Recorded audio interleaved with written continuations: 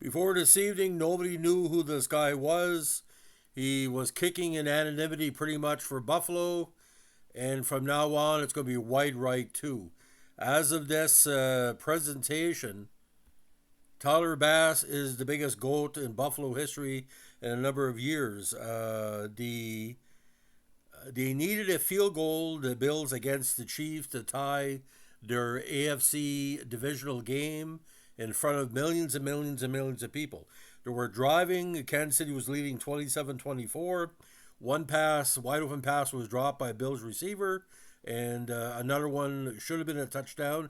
He was wide open, and it was a bad throw in the end zone.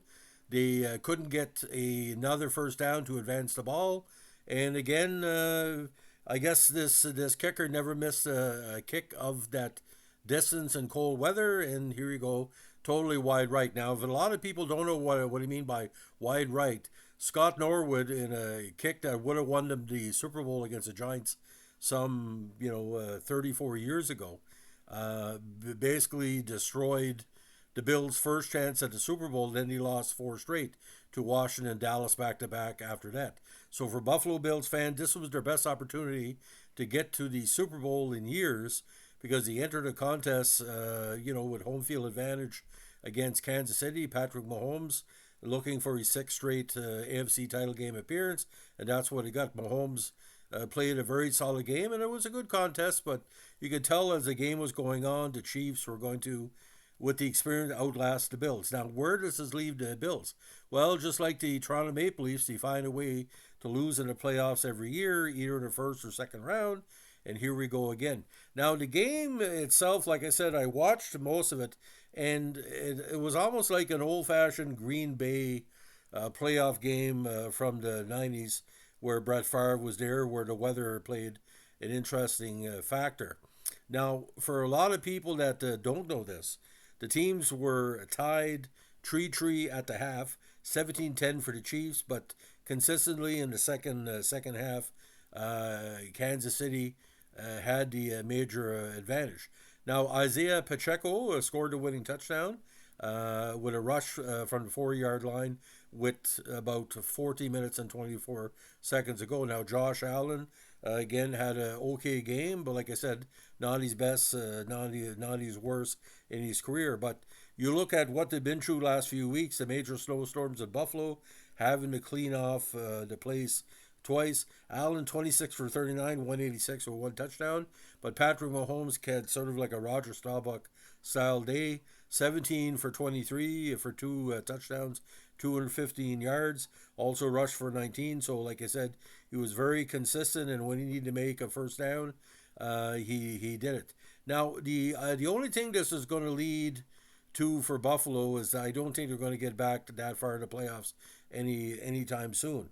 Patrick Mahomes is turning out to be the closest thing we got to Joe Montana of the modern era. Now, no disrespect to Tom Brady, but Tom Brady is no Joe Montana. Patrick Mahomes, with what he has, seems to be do a better job on second and third down. You got to understand, with Tom Brady, he had all these receivers, but Mahomes is working with a bunch of no names other than Taylor Swift's boyfriend, and in my family, we can't tell the Kelseys apart.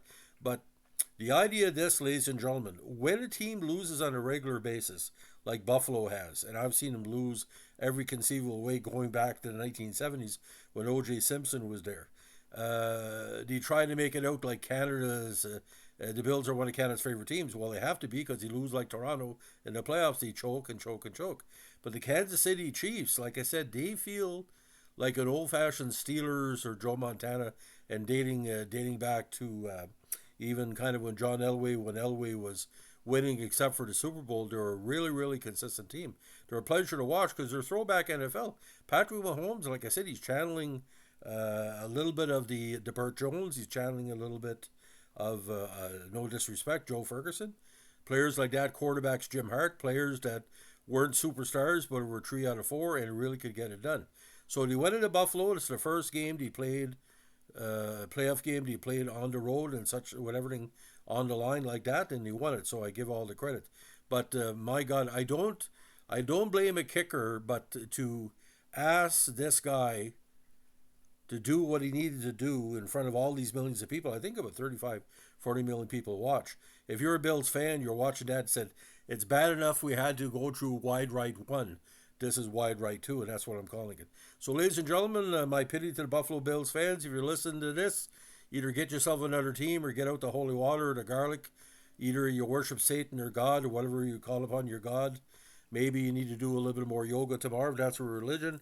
But as a longtime journalist, 41 years, I've seen Buffalo Bills and Toronto Maple Leafs lose every conceivable way when it was on the line. And here we go again.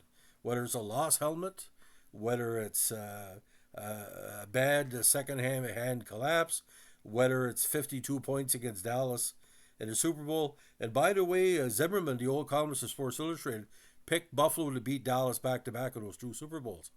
I don't even think he's still working. By the way, Sports Illustrated went tits up this week, so I outlasted Sports Illustrated. Go figure. How's that for a fucking plug? Have a good one. Bye.